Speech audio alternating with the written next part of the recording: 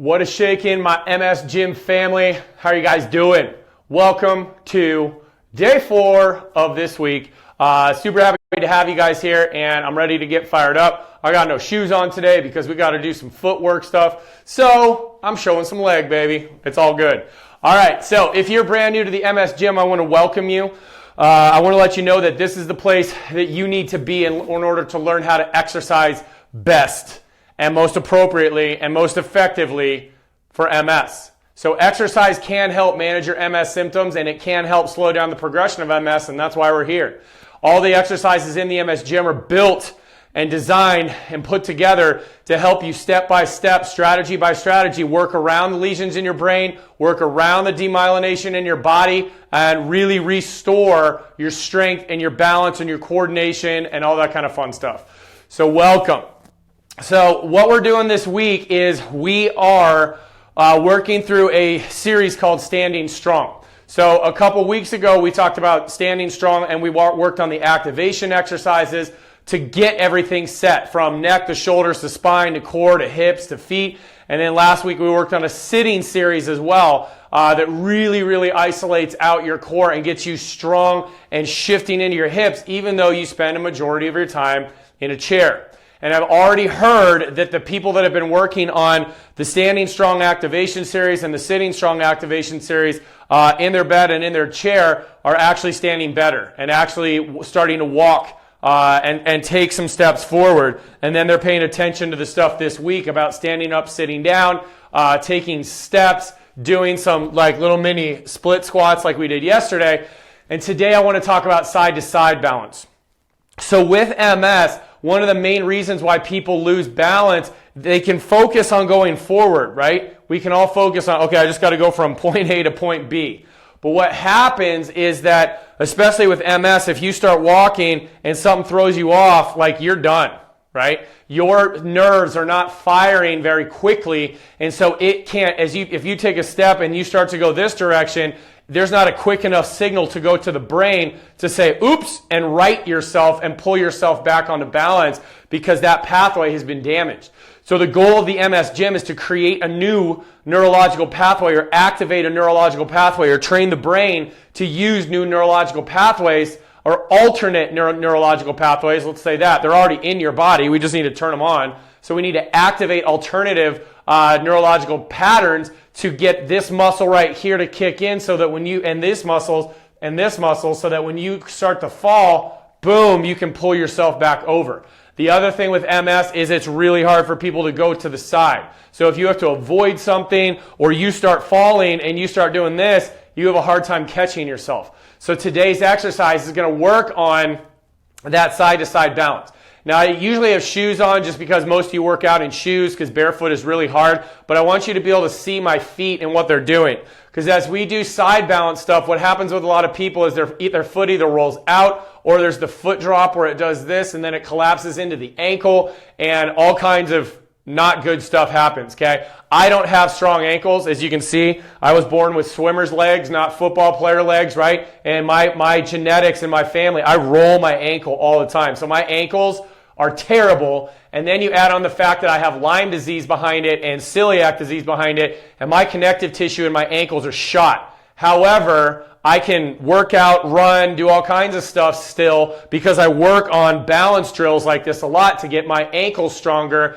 And that ankle stability and strength comes from, guess where? Butts, guts, and blades. It does not come from your ankles. There are not any muscles in your ankles. All the muscles that control your ankle are in the lower leg, and those are all controlled by the hip. All right, so here we go. So you can do this exercise against the wall with both hands on the wall. You can do it to the side if you want to do that. But what we're going to do is we're going to do a step to the side and kind of sit, and then you're going to push yourself back to center and activate butts, guts, and blades and come back to center and find your balance point. Because our goal is to go out of balance, lean into this leg, and then push back to center to get in balance, okay? So we're going to do 10 on one side and 10 on the other. Now, if you're going to go on a wall, you step with your outside leg, you step, sit back, and then you push off that outside leg and find your balance on the wall. Don't fall. Try to avoid falling into the wall. You just step, and then you go right back to center, and you get nice and tall. hips underneath you, guts pulled in, blades down. That's kind of like level 3 is what we're going to do first, which is a side step free. Level 2 is on the wall with one hand. Level 1 is on the wall with both hands. So you'd have both hands on the wall and you'd step and then you'd come back. Or you can grip a counter or a sink or something like that. Okay? So what we're going to do is 2 rounds of this. I'm going to show the level 3 first.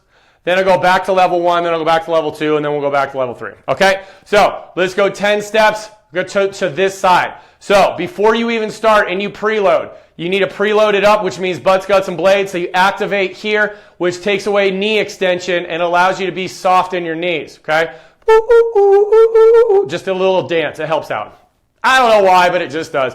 All right, so pull in those abs, shoulder blades down. Now when you step, you are going to step and sit down just a little bit. So you got to push your butt back just a slight bit. And then when you press back to this leg, you're going to push, watch my hips, you're going to push your hips forward, and that's going to lock in your glute and your abs. So it's not just push off the leg and drag the leg. You're sitting back in almost a little mini deadlift, and then watch this hip right here. You are driving that hip forward and pushing to the side.